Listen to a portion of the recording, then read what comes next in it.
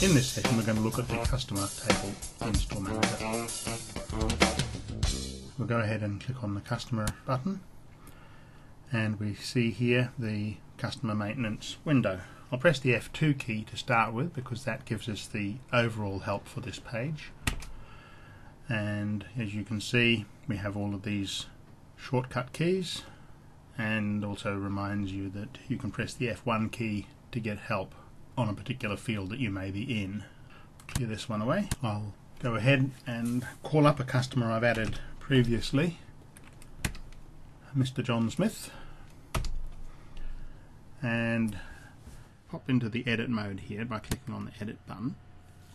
It will make this easier for you to see on the video. So got a name, first name and last name. You can put initials in, the title.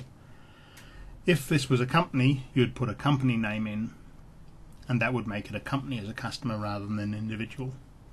The address page here, you've got a customer's actual address, a delivery address, and you have the opportunity to set up a shipper code. Now, a shipper code is actually a supplier who has this button here set as yes to indicate that they are a freight supplier.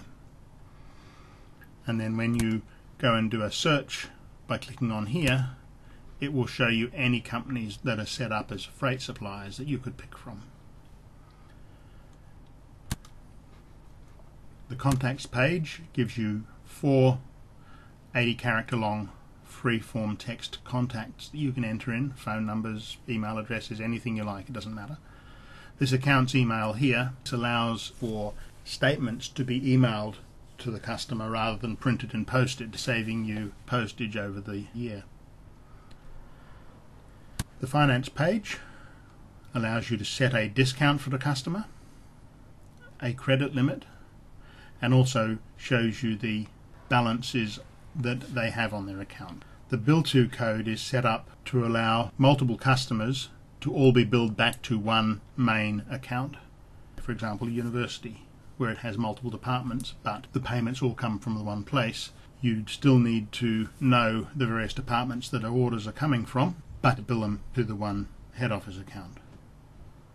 The notes provides you with a section where you can put in freeform text. You can cut and paste into this area pertinent information about this customer. The profit page here will show you your profitability that this customer derives for you. The sales figures, these do not include GST, by the way. The costs, also not including GST, and the profit and the margin for this year, the last year, and the previous 12 months.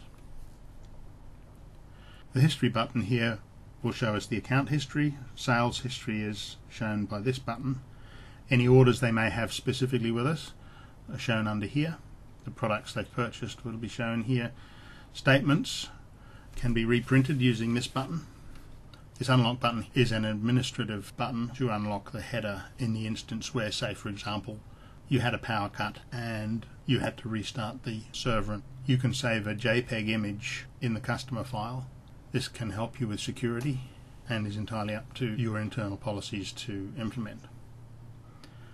These various buttons across the bottom here, new, edit, save, cancel, delete, very self-explanatory. The print button, if we're not in the edit mode, would allow us to print a transaction history for this customer between specified dates. And the close button window here. I'm going to go ahead and cancel any changes I may have made here. And that is the end of the customer maintenance.